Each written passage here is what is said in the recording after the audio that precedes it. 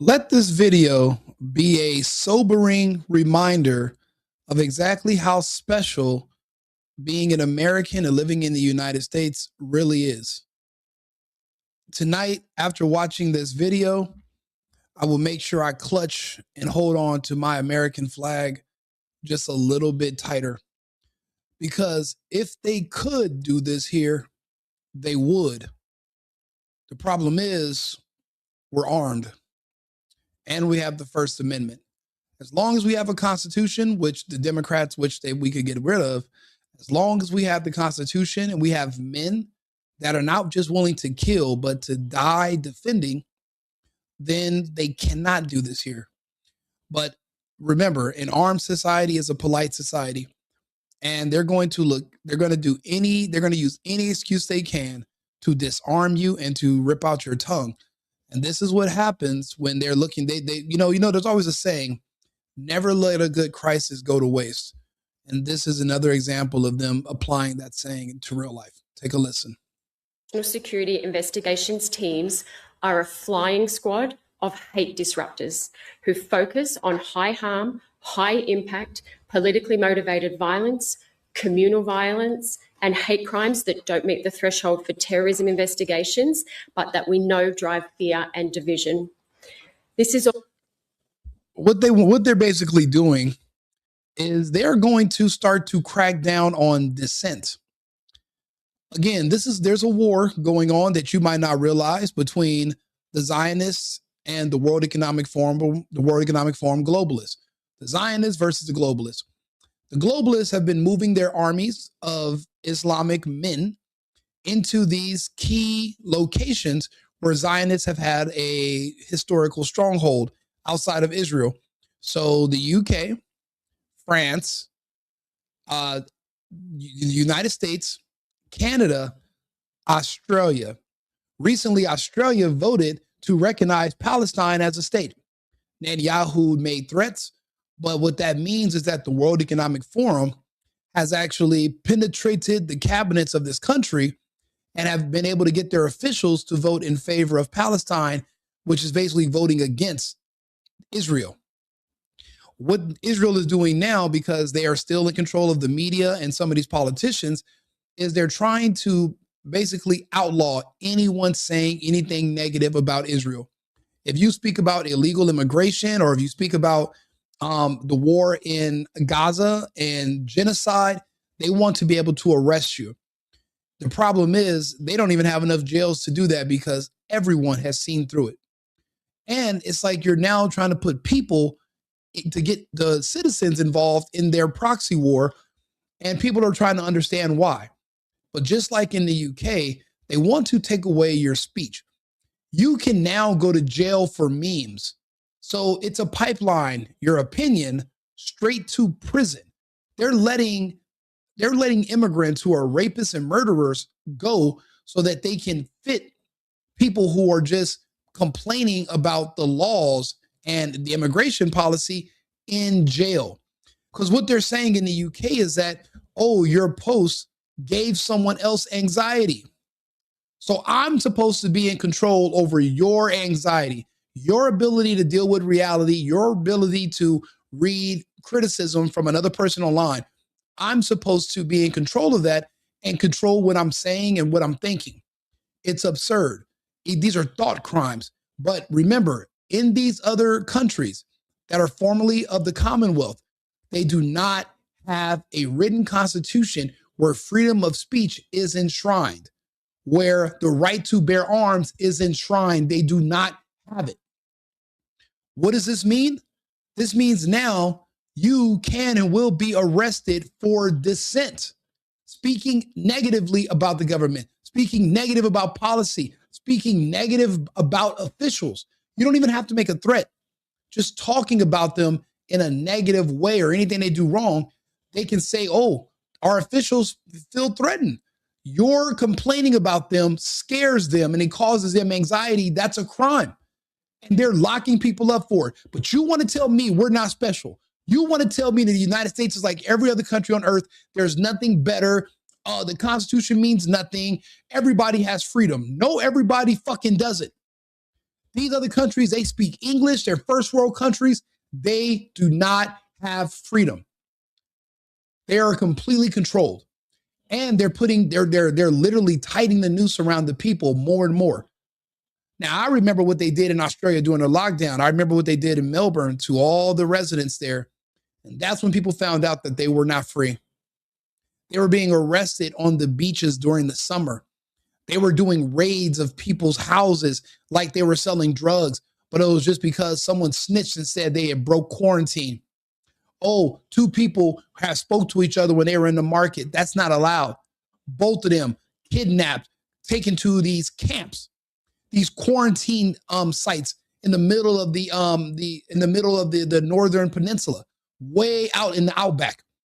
They went to tribes and people that have reservations for the Aboriginals. They went to their reservations where they don't really have any human contact, and they arrested those people and transported them to concentration camps that were built solely for COVID restrictions. The same thing was starting to happen in Canada. One thing about Canada and Australia, they always parallel. Canada is just about 4 to 6 months behind Australia. So whatever you see happens in Australia, you're going to see it happen in Canada. And Canada is just to our north. They're on our border. So that means we are going to be surrounded. Right now, you have Sheinbaum in Mexico. So that's the Zionists. And you have the World Economic Forum that have taken control over Canada. And we're in the middle. We're in the middle.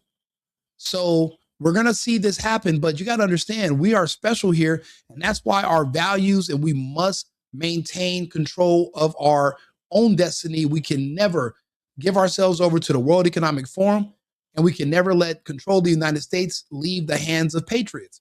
And you'll be surprised to see how many people in politics that are Americans with citizenship and speak English, they are not patriots and they are not real Americans. All about stopping hate and division earlier and well before it leads to violence.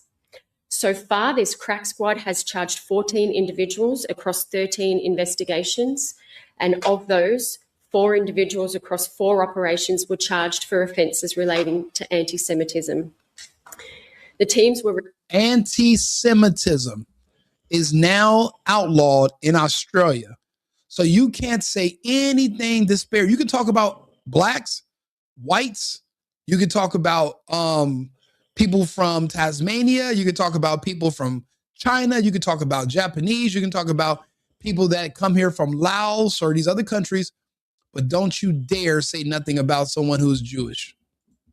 Responsible for a recent national blitz on the distribution and display of prohibited symbols, and for charging a passenger who only this week allegedly threatened violence toward a member of the Jewish community on a flight from Bali to Sydney.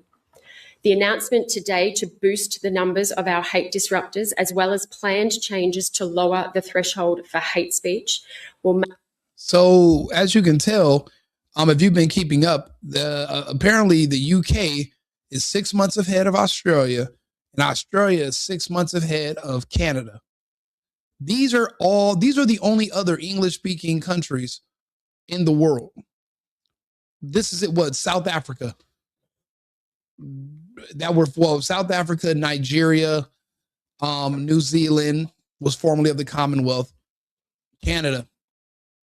I mean, you can say Germany and France, but they're not English-speaking countries. It's the West. They're doing this in the West. These are Western nations. This is war. It's 5th generational warfare. They couldn't beat us with their armies. So now they're outsmarting us and they're using lawfare to bring us down. But I know we're surrounded from the north and from the south. And this is just another step towards their agenda, stopping people in these countries from being able to say anything about Jewish people or anyone from Israel or criticizing the genocide. But it goes further. Now they're going to apply that to anyone who says anything bad about anyone in politics or in government, where they've literally criminalized dissent. If you think your government is being too lenient or helping Israel too much and you say it, you're going to go to prison. This is completely insane. This is Literally, these are thought crimes, your opinion to prison. Make it easier for the AFP to take action quicker. It could be the difference between us just knocking on a door to warn an individual to an individual being placed in handcuffs. Essentially, I'll be honest with you, I'll never volunteer to go to Australia. They banned Candace Owens, so luckily we don't have to worry about dealing with them. But it just means that we're getting weaker because another Western nation has fallen. So now there's even less of us. This isn't good. This isn't good at all. But it's war. And war is ugly. A prime minister under siege, sharing the shock and anger of a nation. I acknowledge that more could have been done, and I accept my responsibility. What more could have been done on Bondi Beach? Oh, you mean the police could have acted? But the problem is you guys are so weak in Australia and you're so cucked. They're kind of like the Americans. If you would have stopped the criminals too soon, well, then you would have been called a racist police officer because you shot the criminals. The police on Bondi Beach that day were so afraid of being called racist or being called oppressive or being called evil and white that they were afraid to stop the guys that were standing outside shooting random people. It took another shop owner to actually run and grab one of the guys because it was a father and son duo. It took a regular citizen to do it because the police were so afraid not of getting shot. The police weren't afraid of getting shot. They were afraid of being called a name. They were afraid of being called racist for stopping these Muslim terrorists. You should have seen those cops in the videos. They completely froze the fuck up and they put their hands up and they were like, I'm not racist. Please shoot me, but just don't call me racist. These people, it's crazy. No matter where you go on earth, the only thing that can stop white people is shame. The ones that I remember, the Vikings, the settlers, the colonists, they weren't afraid of shit. They were the strongest, bravest people on earth and they dominated. Do you know how crazy it is of an exploit when the people that you dominated figured out your biggest weakness isn't your Achilles heel? Your Achilles heel is your shame. All someone has to do is just call you names and you turn into fucking putty. You just turn into jello. Hey, you're a racist. It's like, why do you care what people say? Who cares about name calling? You have to do what's right. Yeah, they're going to call you racist, but they're terrorists. What do you care? They stood by and watched this all happen. But every government on earth wishes, well, a lot of governments do it, but a lot of our governments in the West wish they could criminalize dissent. And this country has now, so is the UK and Canada. So we've lost a lot of ground here, but it's just insane that they are trying to go so far as to, and it's messed up. I love Greg Abbott of Texas, my governor, but even he's trying to push anti-Semitic hate speech laws on college campuses. DeSantis is trying to do it in Florida. I think it's fucking disgusting. You can talk about everybody, but not these people. They're not better than anybody. What do you mean they're chosen? They're not the chosen people. If anyone's chosen, it's Americans. Americans are the chosen people. They're not the chosen people. So passing laws saying you can talk about everybody except for them, that's not going to work. And it's unconstitutional. And the Constitution is the law of the land. I don't care which government official you are. We will never obfuscate that. That's not going to happen. Just to see how far and how fast countries like Australia, the UK, and Canada have fallen, it's just disheartening and it's sad because I've been to all these places. Not Australia, but I lived in Europe. I've lived in Canada. And I remember at one point in time, I was a naive idiot. I used to tell myself that all countries are free. Everybody has freedom of speech. Maybe they don't have guns, but they, and now I understand the importance of having guns. It's so that nobody can ever threaten to take you to jail for your fucking speech. I wish you would threaten me. I wish you would try it. I'm armed. And they can't do that here, but they wish. This is the wet dream of anybody on the left in the United States. This is what this is the kind of porn. Kamala Harris watches these interviews in like this interview right here in Australia. This is what she considers porn. They want to take away your speech. They want to be able to arrest you for dissent. They don't want you talking about how they're alcoholics or they're genocide or how they sell the organs of babies that are from abortions in California. Look it up. She's a part of that whole Planned Parenthood thing. And it came out and a lot of people left her alone after they discovered it. Imagine if the people posting those stories, she could have just had them arrested and blamed it on, well, I feel anxiety because these people scared me. They're posting about my past. It could have been us. This could be us easily. But luckily, we have men with guns standing behind the Constitution to enforce it and to protect it. We will keep them there. But I just hope these men that are armed, protecting our Constitution, never get so weak that you can shame them into putting down their guns. I hope it never happens over here. But we shall see. Like and subscribe, share the video. If you have an American flag, you might want to hold it a little bit tighter tonight because we have a lot to be thankful for.